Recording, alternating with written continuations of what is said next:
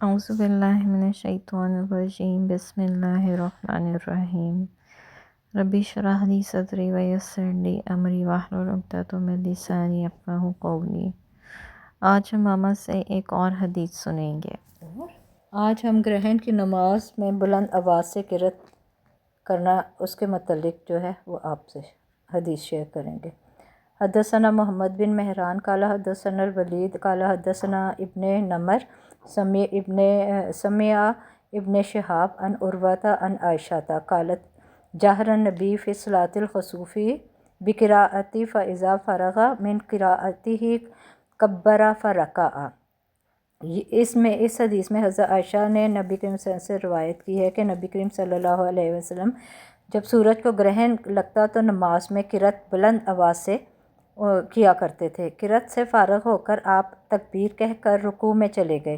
جب رکوع سے سر اٹھایا تو سمیع اللہ لمن حمدہ ربنا ولک الحمد کہا اور پھر دوبارہ قرأت شروع کی۔ غرض گرہن کی 2 رکعتوں میں آپ نے 4 رکوع اور 4 سجدے کیے۔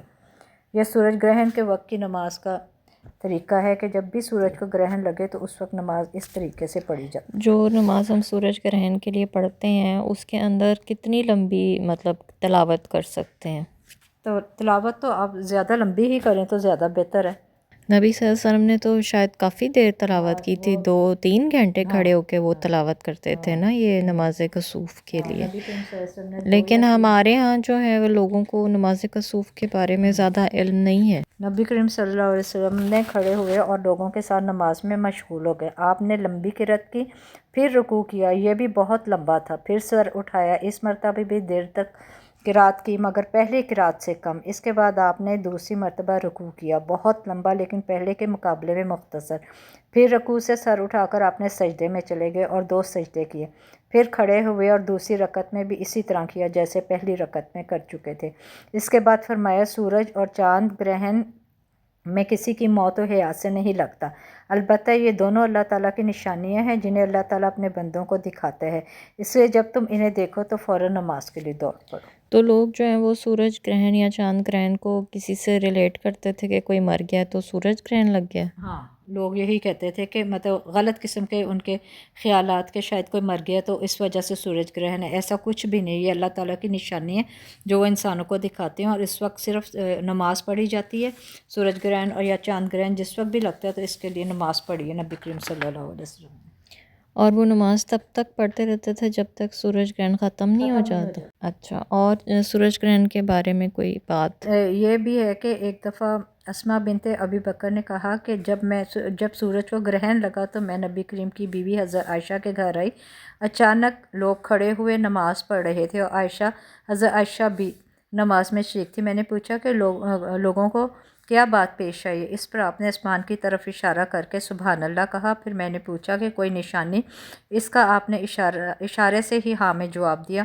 انہوں نے بیان کیا کہ پھر میں بھی کھڑی ہو گئی لیکن مجھے چکر آ گیا، اس لیے کہ اپنے سر پر پانی ڈالنے لگی۔ جب رسول اللہ صلی اللہ علیہ وسلم نے نماز سے فارغ ہوئے اللہ کی حمد و ثنا کے بعد فرمایا وہ چیزیں جو میں نے پہلے نہیں دیکھی تھی اب انہیں میں نے اپنی اسی جگہ سے دیکھ لی ہے، یعنی جنت اور دوزخ میں نے دیکھی ہے، اور مجھے وحی کے ذریعے بتایا گیا کہ تم قبر میں دجال کے فتنے کی طرح یا دجال کے فتنے کے قریب ایک فتنہ میں مبتلا ہوگے۔ مجھے یاد ہے قیامت کے قریب مجھے یعنی کہ اسماء نے کیا کہا تھا؟ آپ نے فرمایا کہ تمہیں لایا جائے گا اور پوچھا جائے گا اس شخص کے بارے میں تم کیا جانتے ہو، مومن یا یہ کہے گا یقین کرنے والا، تو کہے گا یہ محمد صلی اللہ علیہ وسلم۔ آپ نے ہمارے سامنے صحیح راستہ اس کی دلائل پیش کیے، ہم آپ پر ایمان لائے اور آپ کی بات قبول کی اور آپ کی اتباع کی۔ اس پر کہا جائے گا کہ تو مرد صالح ہے پس آرام سے سو جا، ہمیں تو پہلے سورج چاند گرہن کی کسی کی موت کی وجہ سے نہیں لگتا، البتہ یہ دونوں اللہ تعالیٰ کی نشانیاں ہیں، اس لیے جب تم گرہن دیکھو تو نماز پڑھو۔ جزاک اللہ خیرن کثیرا۔ اچھا، ایک سوال تو میں بھول گئی کہ وہ نماز کسوف میں کون سی سورہ نبی صلی اللہ علیہ وسلم پڑھتے تھے؟ سورہ بقرہ۔ وہ تو بہت لمبی ہے۔ ہاں، وہ بہت لمبی ہے اور اتنا ہی لمبا رکوع کیا کرتے تھے اور اتنا ہی لمبا قیام کیا کرتے تھے۔ اگر کسی سے اتنی لمبی صورت نہ پڑھی جائے پھر وہ کیا پڑھے؟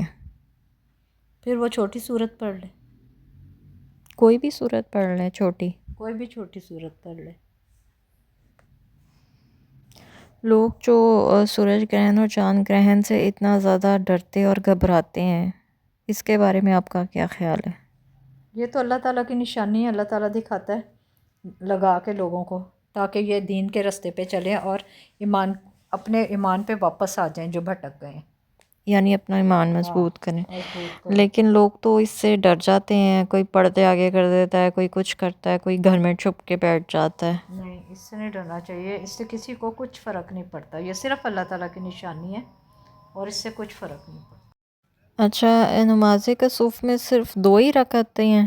آپ نے 2 رکعت پڑھی تھی، لیکن بہت لمبا سجدہ، بہت لمبا قیام کیا تھا، اور مطلب 4 رکعت نہیں پڑھ سکتے، 2 رکعت ہی پڑھیں گے؟